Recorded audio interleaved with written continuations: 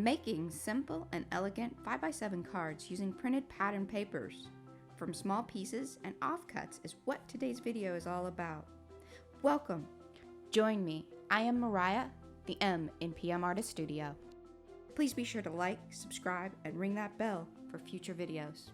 Now, let's get started. I'm so happy that you're here today.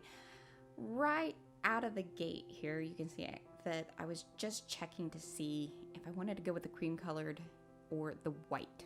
That's what that other piece was. And now that I'm about, I think this was about 7 or 8 cards into it. You can see at the very beginning there in the intro that I had a few done. I wanted to make sure that the process was as under control as possible. It does always change each one. I was doing 2 versions, using the same pattern, 2 cards of each pattern.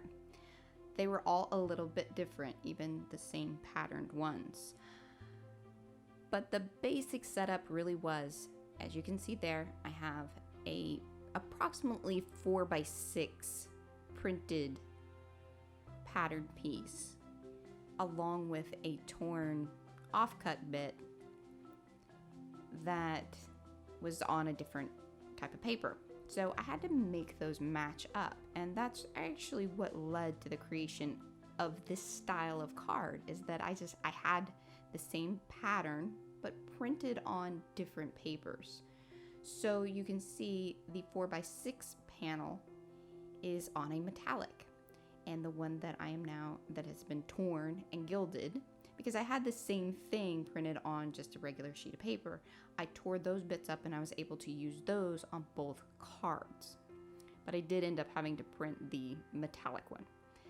But that's what prompted this torn bit, is that it was going to showcase the pattern in a whole different way, and you can even see there's a color difference. Same printer, just different paper, does different stuff. The paper that you do see with the 4x6 had a little bit of a minty color to it. And so not only was it metallic, it had a bit of color. So that's going to change the color of the actual printed pattern as well.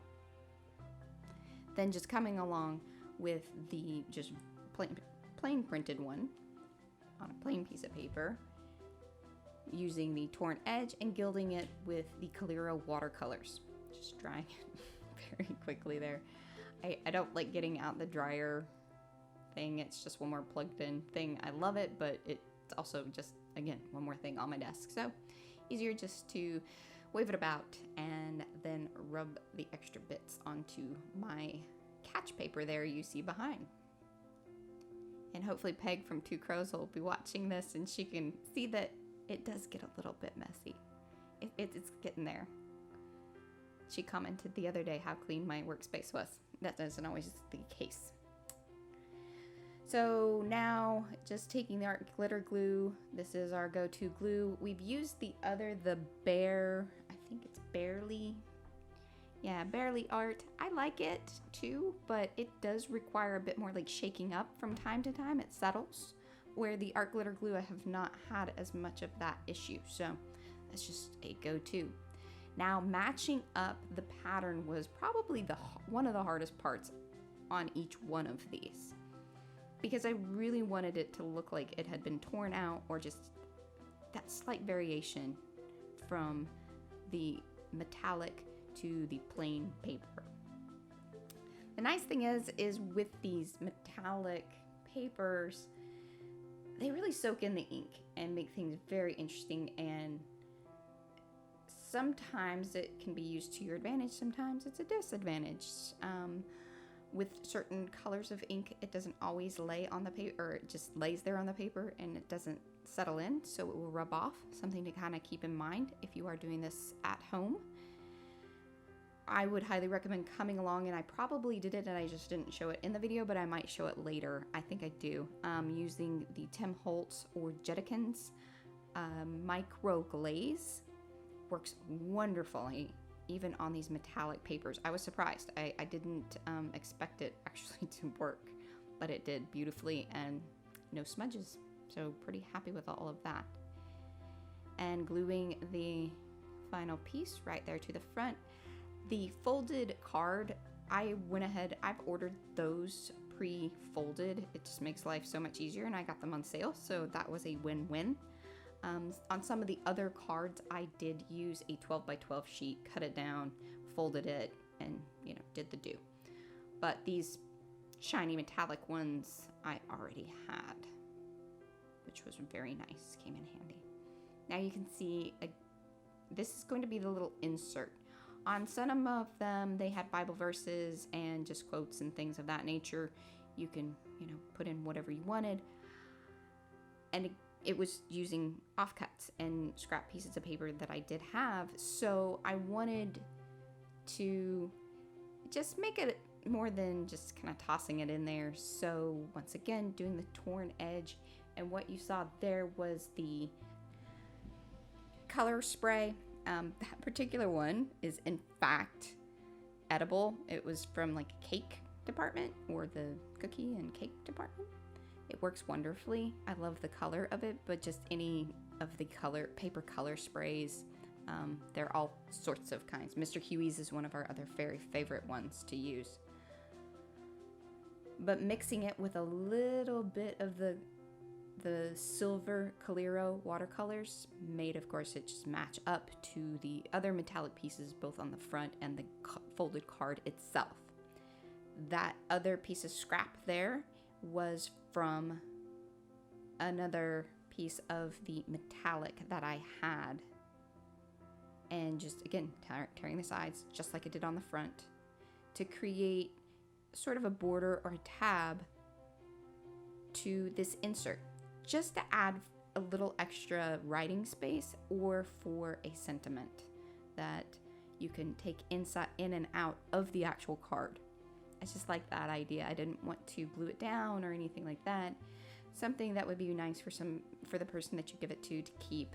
Maybe because it is a Bible verse that are on a lot of the other cards that I did. You could even slip it into your Bible. I think that would be a very nice thing to keep. And again, just running the glue along one side there. I didn't want to get too crazy with it because I didn't want it to get too heavy or too bulky there on the end. So just doing a nice light bit and then trimming off the edges.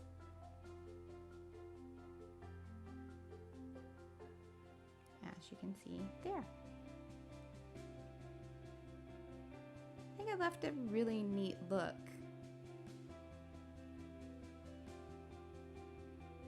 So this way you could write in the card or just on the insert itself.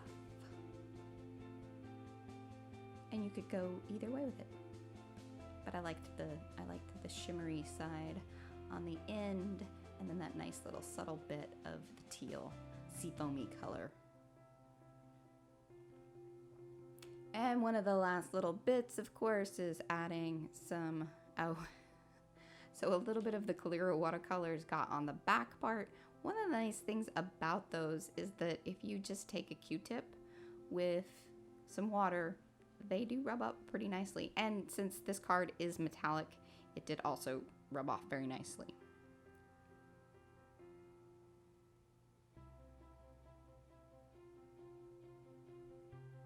Nice little finishing piece. Tuck that edge. And now that the card and the insert are complete, we're going to finalize everything with the envelope. I always love to bring a little bit of what's inside to the outside, and was really simple by using these pattern papers, which again are ones from our this particular one is from our Cloudy Seaside set, and that is always available on both our Etsy and our online store. Links below if you want to check that out in the description area. On this one, I went ahead and used a little bit of that same color spray on the end, and then came in and did the deckled edge with the silver Calero watercolor. Again, just tying in what was done to the front of the card to this little bit that's going to be on the flap. And you just saw me go over it very lightly with that silver in the bluish areas. And what's really interesting is with the printed papers, what will happen is more of that color will pop through. And it looks a little extra dark right here, just number one, it's still a little wet. So when it dries up, it was just spot on and looked really, really good with the rest of it.